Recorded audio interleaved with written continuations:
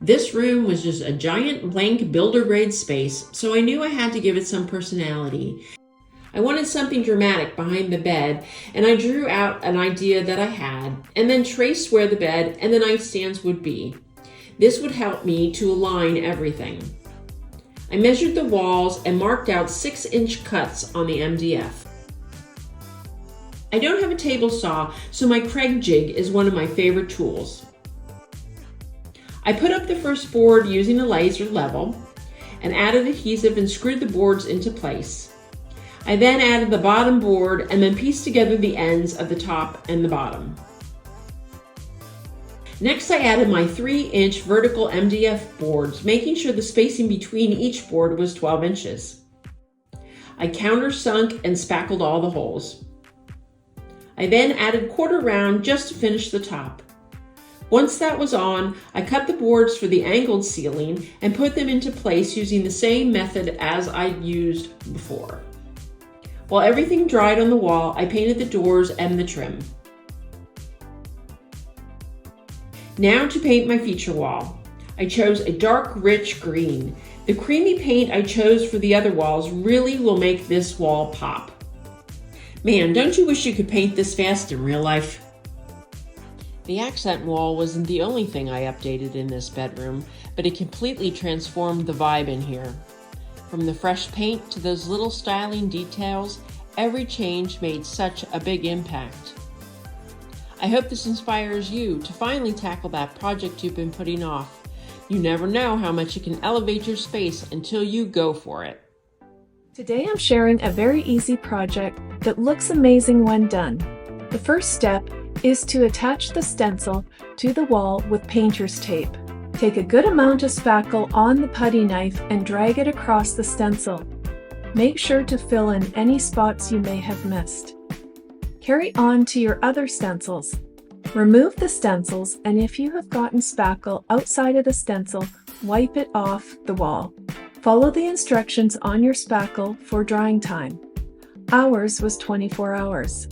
When it is dry, paint over the entire wall from the top to the bottom with your original paint color. Let dry. Now enjoy. I did the best I could to show you how great it looks, but for some reason the camera does not pick it up as well as the human eye. I can guarantee you though that it looks lovely and it is very visible. It isn't too busy, but it took what was once an unremarkable wall and turned it into something special. So I ran down to the hardware store and grabbed several pieces of brick molding. My first step in creating my floor-to-ceiling headboard wall was to figure out my spacing. I used the existing small headboard as a guide, and I placed 2 of the brick molds on either side.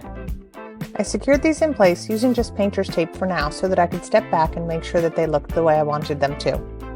Once that was done, I moved things out of the way, and then I secured the brick molding using a nail gun. Now that those outer edges were in place, the next step was to figure out the center pieces. I took a good amount of time, making sure that everything was evenly spaced. Once I was happy with the way that looked, I secured that in place using the nail gun as well. I used caulking and ran it down the side of the brick molding. This way, everything would look nice and finished and uniform. Once that was dry, I was able to add my paint. I applied several coats of white paint so that everything would look like it was one continuous piece. Once the several coats of paint were dry, I went ahead and moved the furniture back into the room, made the beds, and got to work on decorating. I thought it looked great and brightened up the room, gave it a little bit of visual interest, defined the theme of the area, and it really didn't cost very much at all. I wanted to create a dimensional wood wall with various shades of color to fill this space. Rather than spending time cutting pieces of wood, I decided to use wood shims for my project. I used both long and short shims because I didn't want my textured wall to be uniform. I stained the wood shims using a water-based stain. This has less odor than an oil-based one. The color I chose was antique walnut. I got to work staining my wood pieces using a paper towel at first, but then switched to a rag because it ultimately worked much better for me and didn't fall apart the way the paper did. I stained the shims in varying degrees, some with just 1 light coat and others with up to 7 coats to make them nice and dark. I started attaching the stained wood shims to the wall using construction adhesive. I found it best to first place the long pieces in a random pattern on the wall, and then overlay these with the shorter pieces. This way, I was building up the wall dimensionally as well as varying the color throughout. I worked my way up the wall, stopping a few times along the way to stain more shims. I really used a lot more shims than I originally expected. It was easy and fun putting these on the wall. It really felt like creating my own art masterpiece. There were some gaps between the pieces, and so I had to cover these with smaller pieces at the end. When it came to the light switch on the wall, I just worked right up to the switch. And then the wall was done. I love the way it looks. I'm still deciding if I want to just leave the wall the way it is or if I want to put a piece of framed artwork over it. So, for 2 days worth of work and about $120 in materials, I was able to transform this wall into something that I really love. So I headed down to the hardware store and picked up some 1x2s. When I got back to the condo, I measured my wall and cut the wood down to size. I stained the wood. It was really easy wearing gloves and using the cloth, and I loved the dark color. I let the pieces dry and then I was ready to start. I made sure the first piece was plumb. I recently learned that vertical measurements are plumb, whereas horizontal ones are level. I made sure the first piece was plumb, and then I used a nail gun to attach it to the wall. Once I had the first piece in place, I used another piece as a spacer and then secured the next one. Using the 1x2 as a spacer made the job quick and easy. I secured all of my vertical boards in place. I ended up using 13 pieces for the wall, but you can obviously add as many or as few as you need for your space. Many slat walls end at the top of the wall, but I'd seen a few that extended onto the ceiling and I liked the way they looked. I secured the pieces on the ceiling. I abutted them against each other, but these could certainly be miter cut for a more seamless finish if desired.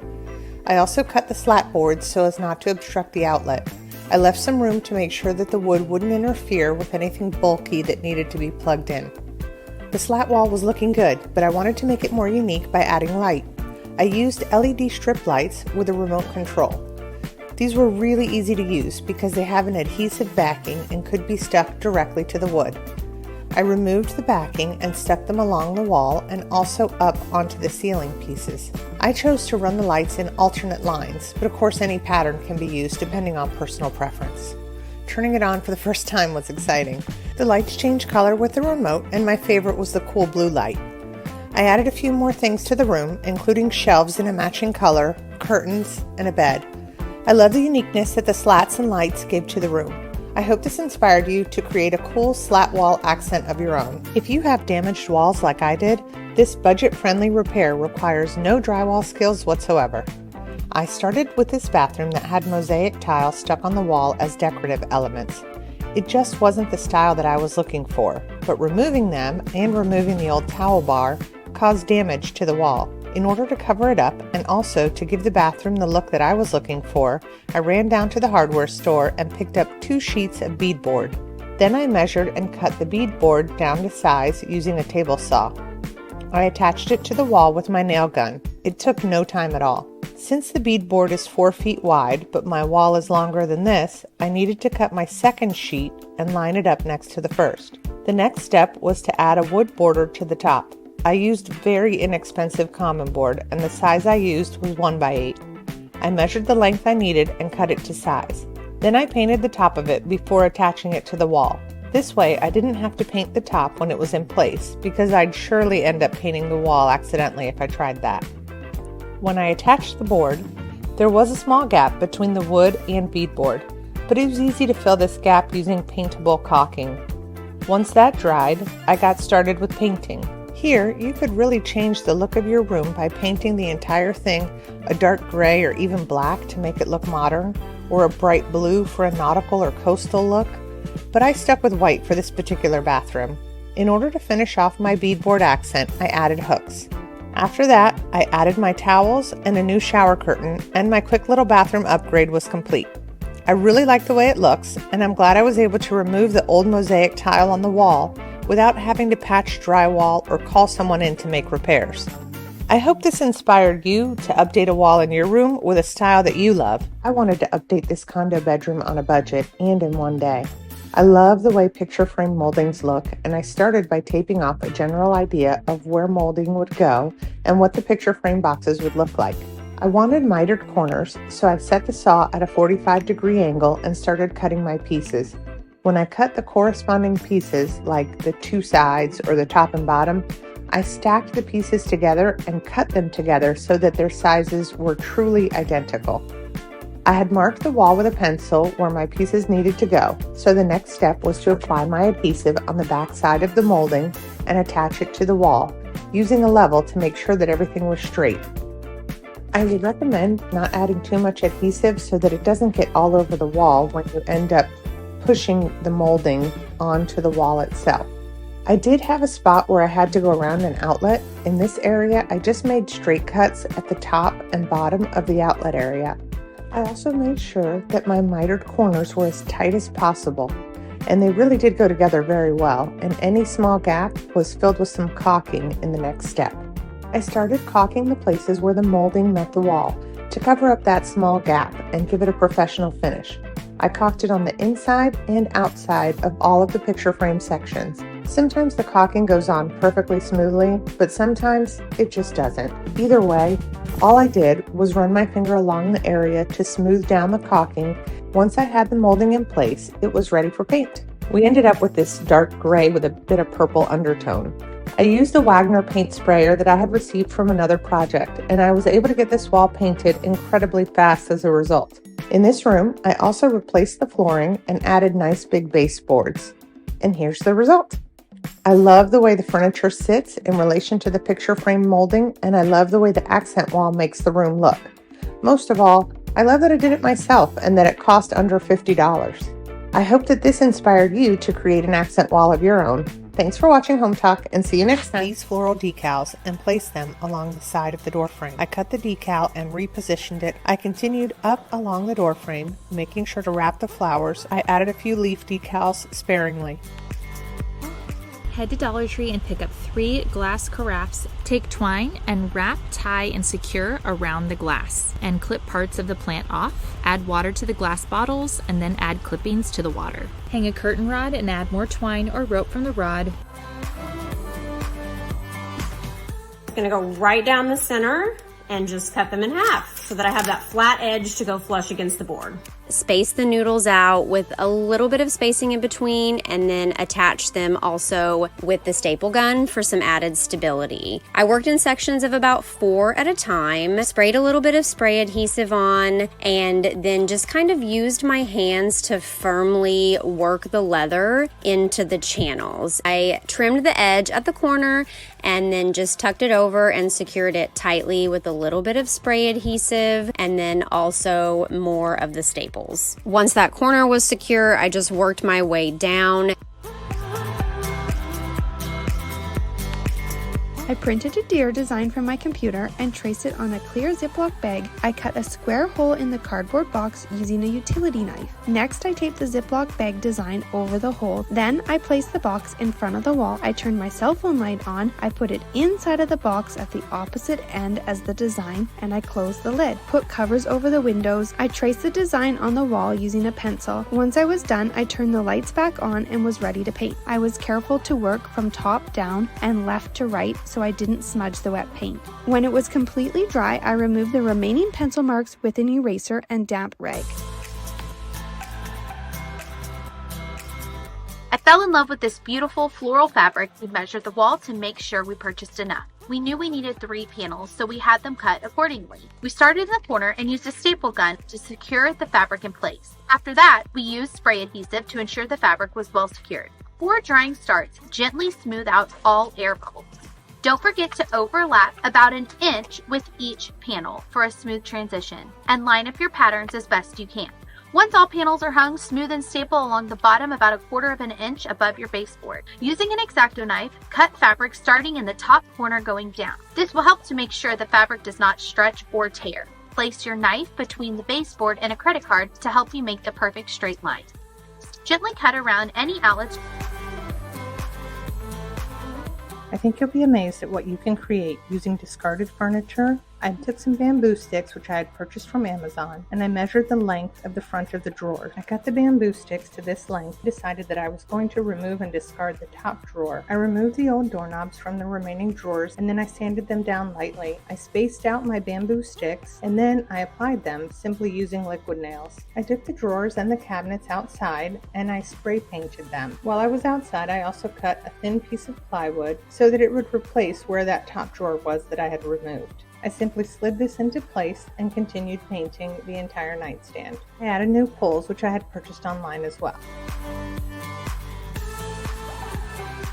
Do you have one of those dorm-style door mirrors? Let's give it an update. Tape off the mirror with paper and spray paint the wood frame. Remove any spray paint from the mirror that might have gotten onto the glass, and then clean with some glass cleaner. Measure and cut some rattan webbing. Spray one side of each rattan piece with spray adhesive. Place and press the rattan pieces onto each end of the glass on the mirror, and place some heavy books on top for a couple of hours. Some cardboard, trace out a hexagon. Then what I did was use the sharp knife to cut out the cardboard. Next, I grabbed an old foam pad I had and also used the exact same template and cut it out. I used some regular old wood glue, put it down on the cardboard, and then glued the foam to it. We're gonna lay the fabric out, and what you'll do is turn it around and just grab a stapler, and it holds it in place just like that. But what you get on the other side is you get your hexagon covered in fabric. I took all the hexagons and on the back and used a paint stick and stapled through them to hold them together.